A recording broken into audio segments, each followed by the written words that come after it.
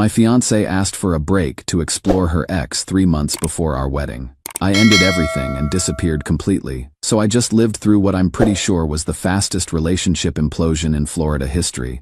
And honestly, I'm still processing how someone can be planning a wedding with you one day and asking to be with their ex the next. I'm Nash, 31, software sales director in Tampa. Was engaged to Raven for 6 months, together for 3 years total. Everything felt solid. We had this house we'd bought together 2 years ago, wedding planned for next spring, the whole future mapped out. She's a graphic designer, funny as hell, and up until 2 weeks ago, I thought I'd hit the relationship jackpot. We met at this networking event downtown. She was there promoting her freelance design work. I was there because my company was sponsoring it. She had this energy that just drew people in, confident, creative, always had something interesting to say. We started talking about her latest project, some rebranding work for a local restaurant, and I found myself genuinely interested in the creative process. Our first few dates were incredible. She'd show me these design concepts she was working on, explain the psychology behind color choices and typography. I'd never thought about how much strategy goes into making something look effortless. Meanwhile, I was telling her about my work in software sales, the challenge of building relationships with clients, understanding what they actually need versus what they think they need. We just clicked. She laughed at my terrible jokes. I appreciated her artistic perspective on everything. She'd drag me to gallery openings and I'd take her to baseball games. It felt balanced, like we were both bringing something unique to the relationship. The house we bought together was this perfect little place in South Tampa. 3 bedrooms, nice yard, walking distance to some great restaurants. We spent months picking out furniture together, arguing over paint colors in the most pleasant way possible. She wanted this bold accent wall in the living room. I was worried it would be too much. We compromised on something that ended up looking amazing. I remember the day we got the keys, sitting on the floor of our empty living room drinking champagne from coffee mugs because we hadn't unpacked the wine glasses yet.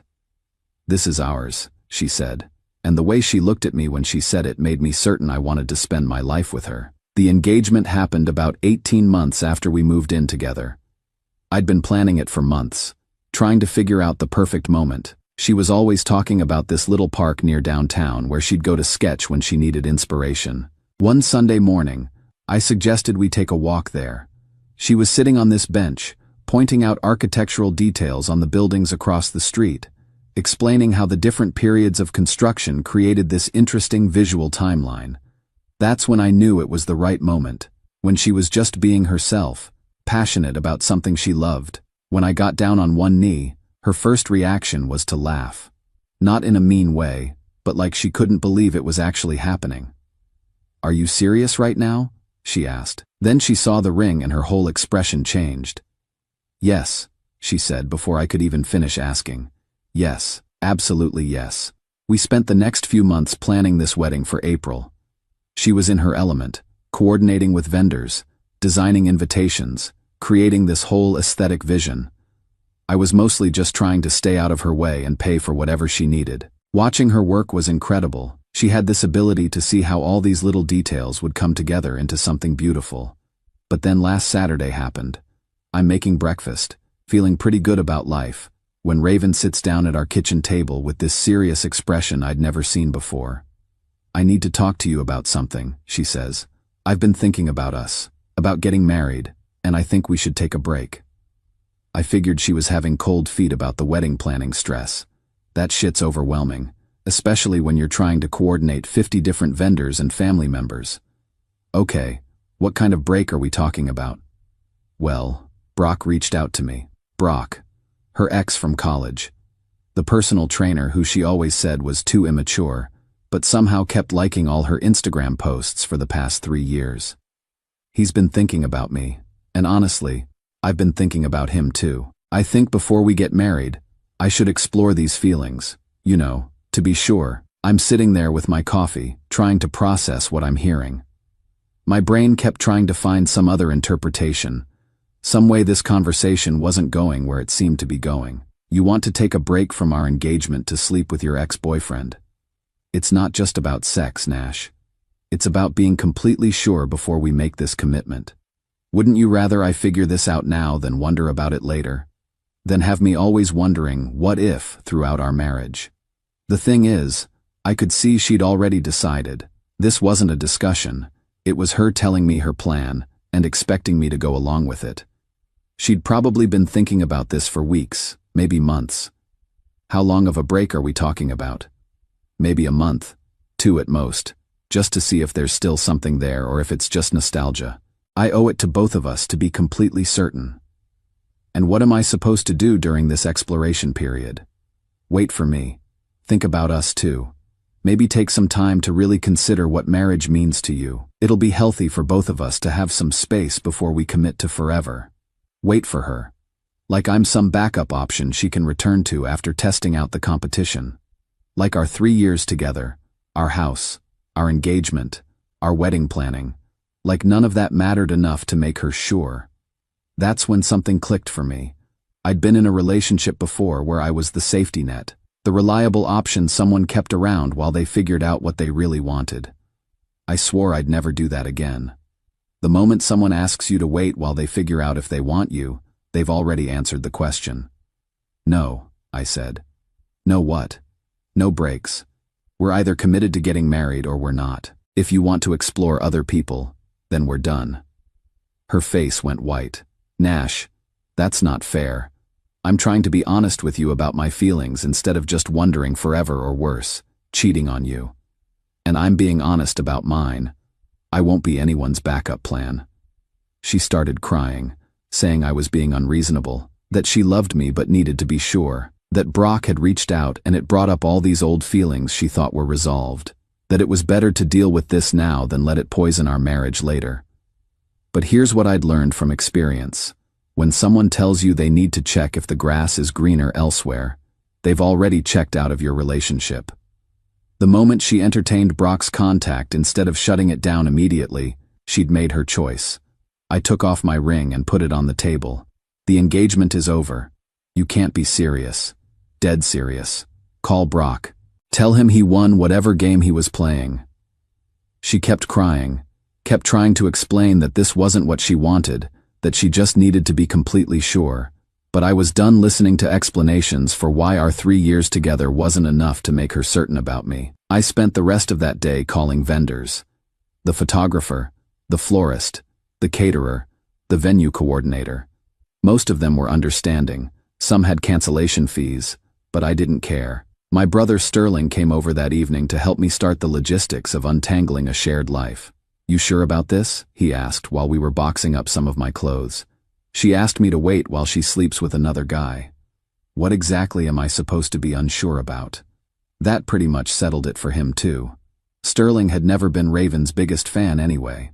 Not because he disliked her, but because he said she always seemed like she was looking for something better, even when things were good. By Sunday night, our house was on the market and I'd called my company about transferring to another office. The Austin territory had been open for months, and suddenly that seemed like exactly the fresh start I needed. Update 1.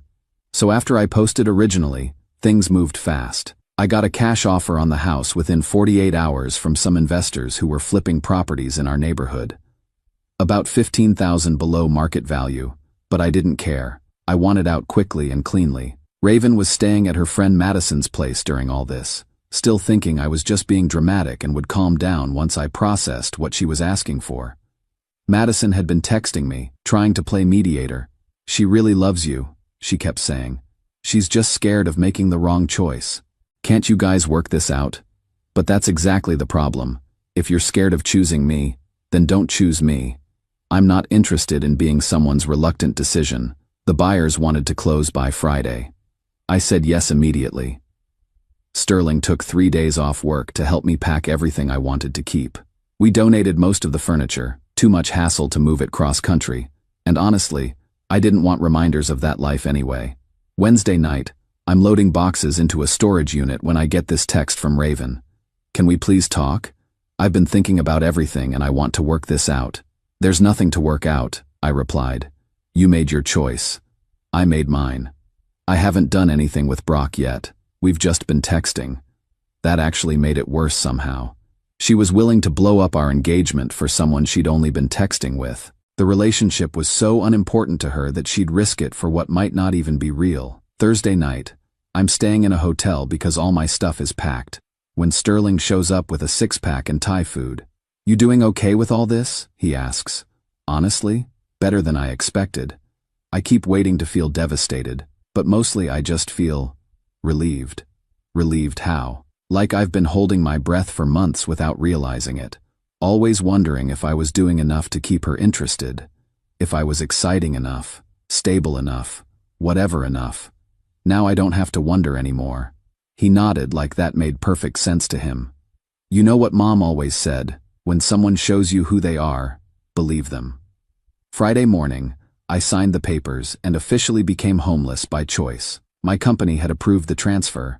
I had a furnished apartment lined up in Austin, and honestly, I felt lighter than I had in months. Here's where it gets interesting.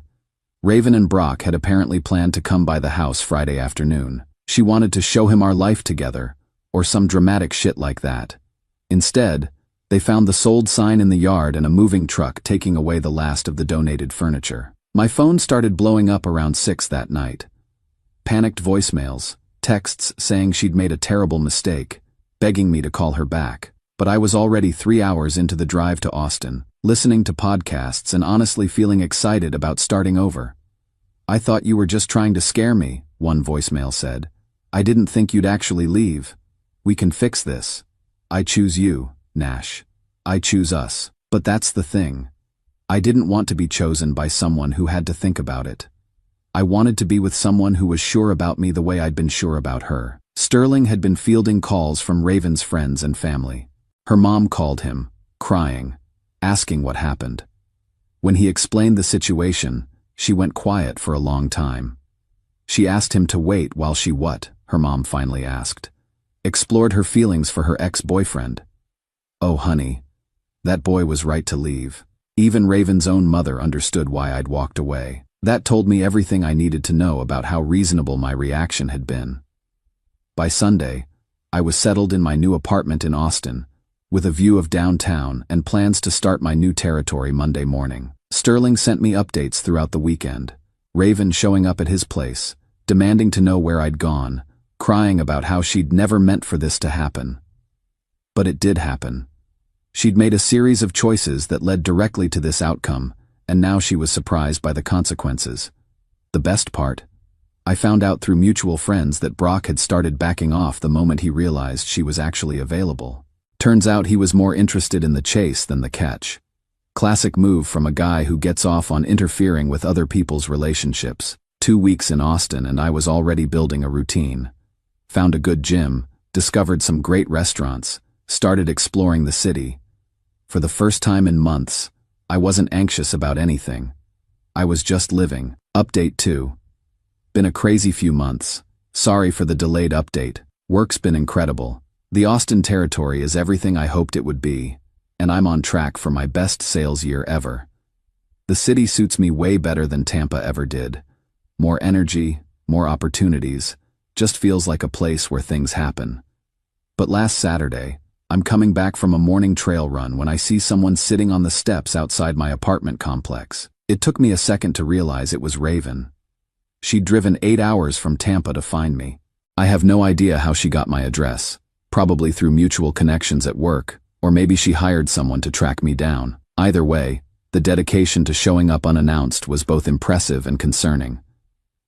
"We need to talk," she says, standing up as I approach. She looked terrible, like she hadn't been sleeping well for months. Dark circles under her eyes, hair that needed attention, just generally worn down. "No, we don't. Nash, please. I made a mistake. The biggest mistake of my life." I let her into my apartment because I didn't want to have this conversation where my neighbors could hear it. But I made it clear this wasn't about reconciliation. She looked around my place. "It's smaller than our old house, but has better light, more personality." "This is nice," she said, like she was surprised I could set up a decent living space without her. "What do you want, Raven?" "I want to fix this. I want us back."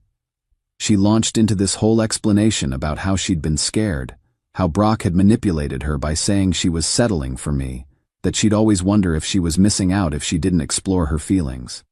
Classic manipulation tactics that worked because she wanted them to work. It lasted 2 weeks, Nash. 2 weeks and he was completely done with me. You were right about everything. I know I was right. That's why I left. She tried to explain that she'd realized what she'd lost, that every day since I left had been horrible, that she couldn't eat or sleep or focus on work. Her design business had suffered because she couldn't concentrate on client projects. I've been seeing a therapist, she said, working on my fear of commitment, my tendency to self-sabotage when things get too real. Good for you, that's important work. I want to do it with you. I want us to go to counseling together and rebuild what we had. The thing is, sitting there listening to her, I realized I didn't want what we'd had. What we'd had was me constantly working to keep her interested while she kept one foot out the door. That's not love. That's just fear of being alone. I love you, she kept saying. I've always loved you. I just got confused. You love the security I represent. There's a difference. She offered everything, moving to Austin, signing a prenup, whatever I wanted. She'd give up her business in Tampa, start over here, prove that she was serious about us. But the damage was done. She'd shown me that when things got real, when commitment actually meant something, her first instinct was to run toward someone else. That's not something therapy fixes. That's someone's character. I'm not the same person who left Tampa, I told her, and you're not the person I thought I was marrying. We both learned something important about who we really are. The conversation lasted about 2 hours. She cried, she pleaded, she promised things would be different. But I felt nothing except sadness for her. Not anger, not longing, just this deep sadness that she'd thrown away something real for something that was never going to work out. When she finally left, I watched her drive away from my balcony. Part of me expected to feel something, regret, second thoughts, anything. Instead, I just felt grateful that I'd trusted my instincts and gotten out when I did. I found out later through Sterling that she'd been telling people in Tampa that I'd abandoned her, that I'd left without even trying to work things out. But her own family wasn't buying that narrative. Her dad had apparently told her she'd thrown away the best thing that ever happened to her for a fantasy. Her mom had been calling Sterling periodically, apologizing for her daughter's behavior and asking if there was any way to fix things. Nash was perfect for her, she kept saying. She'll never find another man like him. But that's not my problem anymore. Final update, it's been a full year since I left Tampa, and I figured I'd close the loop on this whole story since some people have been asking for updates in my DMs. Life in Austin has been incredible. The sales territory here is more competitive, but also more lucrative. I'm making about 30% more than I was in Tampa, and the cost of living is roughly the same. The city just fits my personality better. More outdoor activities, better food scene, people who are ambitious without being cutthroat about it. I met someone about 6 months ago. Her name's Qley. She's a marketing director for a tech startup downtown. We met at this networking event, similar to how I met Raven actually, but the energy was completely different. Where Raven always seemed like she was performing, Qley is just authentically herself in every situation. She makes decisions and sticks with them. She doesn't need to explore her options because she's confident in her choices. When I told her about the Raven situation, her response was simple. Thank God she did you that favor. The difference is night and day. Being with someone who actually wants to be with you, without hesitation or conditions, changes everything about how you experience relationships. I'm not constantly wondering if I'm doing enough to keep her interested because she chose me deliberately and continues choosing me every day. Raven reached out one more time, on what would have been our wedding date. Just a text saying she still thought about me every day and hoped I was happy. I blocked her number after that. Some conversations don't need to happen. Through Sterling and a few mutual connections, I've heard pieces of what her life looks like now. The pattern I predicted basically played out exactly. She's had several relationships since Brock, but none of them last more than a few months. Word gets around in Tampa's social circles, and when guys hear she left her fiancé for her ex, they see red flags. Her design business struggled for a while after I left. Losing focus on client work during the whole drama cost her a few big accounts. She ended up having to take a part-time job at an agency to make ends meet while rebuilding her freelance portfolio. Her family relationships are still strained. Her parents were planning to contribute significantly to our wedding, and were pretty upset about losing that money. More importantly, they'd grown attached to me over the 3 years we were together, and having to explain to their friends why their daughter called off her engagement was embarrassing for them. Her dad had apparently been looking forward to having a son-in-law who was stable and successful. She had the perfect setup, he told Sterling during one of their occasional conversations. House, good man, future planned out. And she threw it away for what? Some guy from her past who didn't even want her. Professionally, the story followed her around Tampa's relatively small professional community. She lost a few clients when word spread about what happened. People in relationship-based businesses don't love working with someone whose personal life involves that level of poor judgment. But the most telling part is her dating life. She's been trying to find something serious for over a year now, but she's developed this reputation as someone who doesn't know what she wants. The guys she dates hear about the engagement story and decide they don't want to invest in someone who might suddenly decide to explore her feelings with an ex. Multiple friends have told Sterling that guys in their circle refer to her as that girl who left her fiancé for her ex. That's not a reputation you recover from easily in a place like Tampa where everyone knows everyone. Meanwhile, I got promoted 6 months ago to regional sales director, covering Texas and Louisiana. Claire and I are talking about moving in together next month. Her lease is up and my apartment lease runs through the summer, so the timing works out perfectly. What I learned from the whole experience is that when someone asks you to wait while they figure out if they want you, they've already given you your answer. The right person doesn't need to explore alternatives to be sure about you. I think about my dad sometimes, how he always told me that actions reveal priorities better than words ever could. Raven's actions told me that when faced with a choice between our future and immediate gratification, she picked gratification without much consideration for the consequences. That's not someone you build a life with. That's someone who will always be looking for the next exciting thing, the next possibility that might be better than what